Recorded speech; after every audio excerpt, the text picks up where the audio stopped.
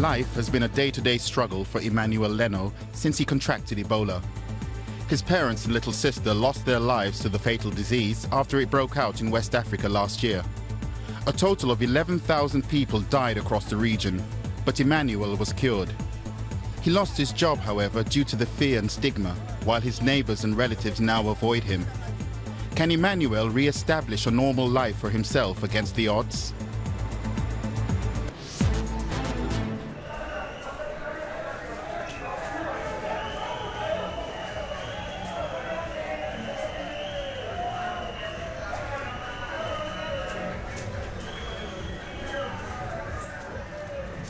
Emmanuel Leno shares this residential yard in the Guinean capital, Conakry, with his 5 siblings and around 100 neighbors.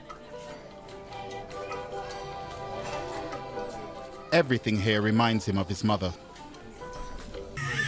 She was the first to be taken ill with the virus.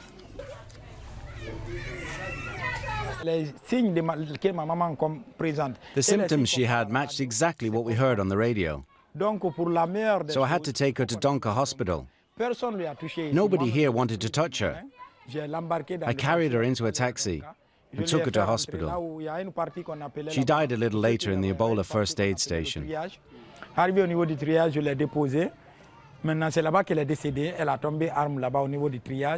Back home, Emmanuel warned his neighbors about the virus, but nobody took him seriously. It was only when a series of people fell ill that the villagers allowed Red Cross workers to come in.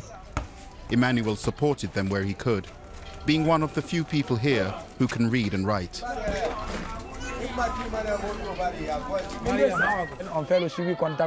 We carried out checks and took children's temperatures every day. If it was over 39 degrees, I would take the child to hospital myself in a taxi, because no ambulances were available. They would then disinfect the taxi while I waited in the isolation ward with the child. I brought 18 people to hospital in total, and eventually I was contaminated myself.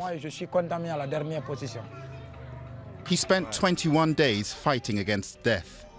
When Emmanuel came home cured, everything had changed. He was now head of his family, with himself and his sister left to fend for their younger siblings.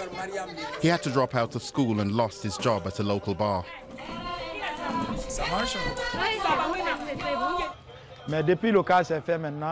I can't find a job since I was sick. My boss told everyone in the neighborhood I had Ebola. Wherever I apply for jobs now, at hotels and pubs, the first thing everyone says is, "You have Ebola."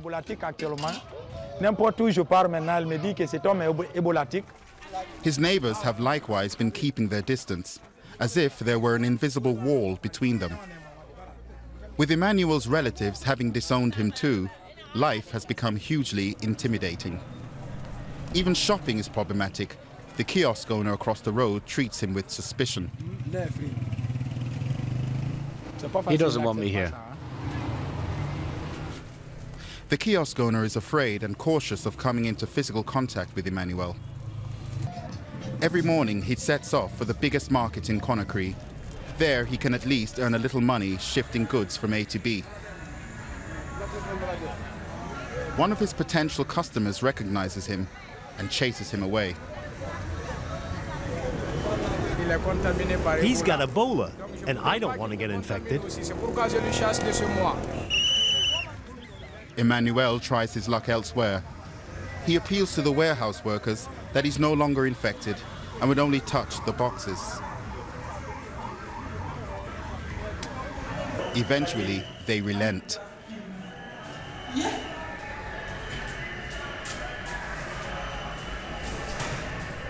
There's only 3 boxes worth of work, a little over €1 for each trip. So is it heavy? It's very heavy, a truck battery. It takes him half an hour, but he's not yet earned enough for the day. Emmanuel next tries his luck at the Red Cross. The manager at the warehouse tasks him with bringing contaminated Ebola protective suits to the incinerator.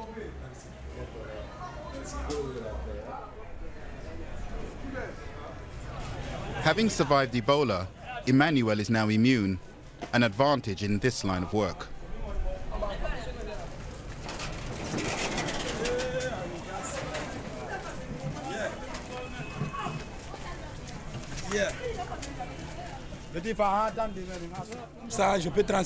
I can transport at least 10 loads like this a day, and they pay by the trip.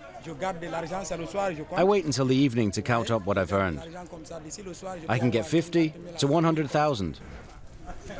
Guinean francs, which equals a daily wage of 5 to 10 euros. But it does give me plenty of muscles, even if that wasn't my objective.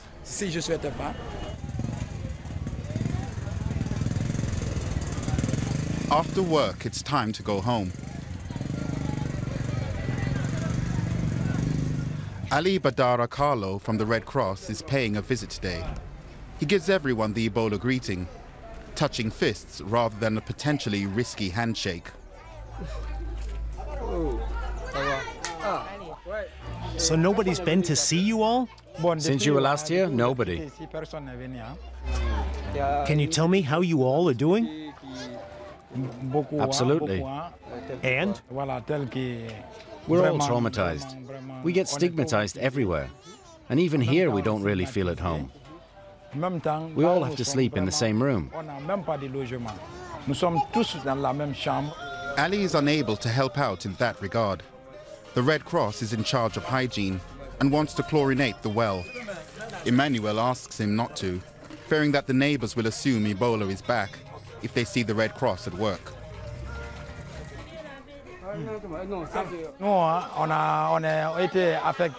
Yes, we were sick.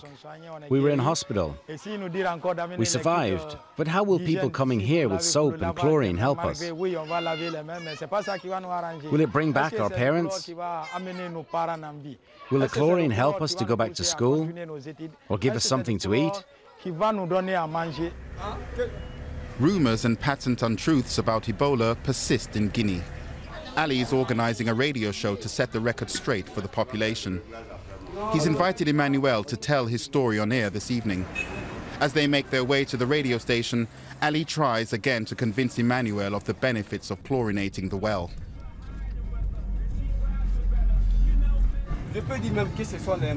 Ebola is spread by dirty hands, just like cholera and other diseases.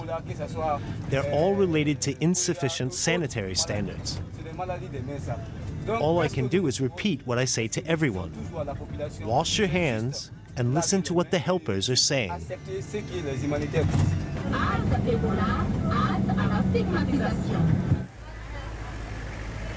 The Red Cross has a cooperative agreement with the private broadcaster to produce a 1-hour weekly show about Ebola. The broadcaster takes his own precautions, requiring everyone to wash their hands and have their temperature taken.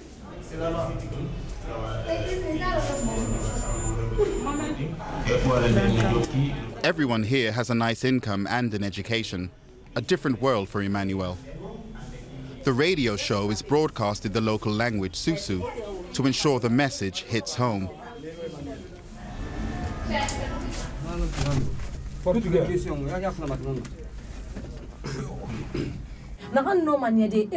Ebola claimed 2,500 victims in Guinea. The Red Cross organised this show to publicise the fate of survivors and take a stance against stigmatisation. Emmanuel is the main guest and sees an opportunity in his participation. He can't stop talking, telling his whole story in heart-rending detail. It's easier for him to talk about it in Susu than in French.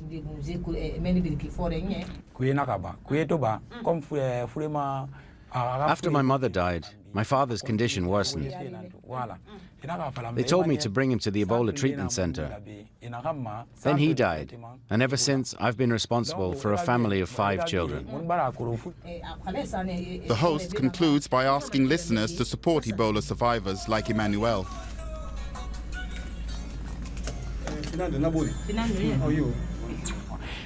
Now everyone in Guinea knows what my situation is like. After the show, the presenter suggests he look online for work or scholarships.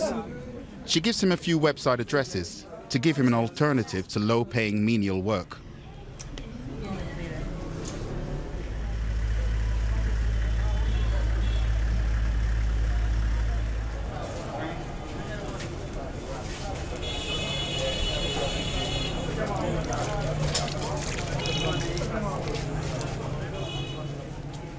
Emmanuel knows a good cyber cafe in downtown Conakry. He's going to follow up on those tips from the radio host, even if his computer skills aren't too advanced. I found something in the job vacancies at UNICEF, but it's not here in the capital, Conakry. It's in Macenta, in the middle of the country, which is around 400 kilometers from here. That's too far away. I have to take care of my family. Emmanuel takes down the address of the online recruitment market to continue job hunting another time. Back home, he meets Barakaluga, the owner of the entire complex. Since Emmanuel's relatives have turned their backs on him, his landlord has become a father figure for the young man.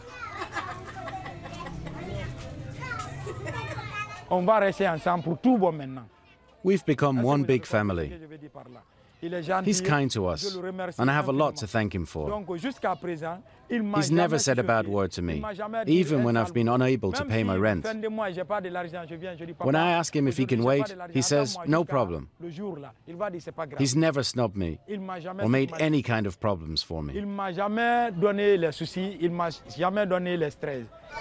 Emmanuel wishes there were more people like his landlord all over the city.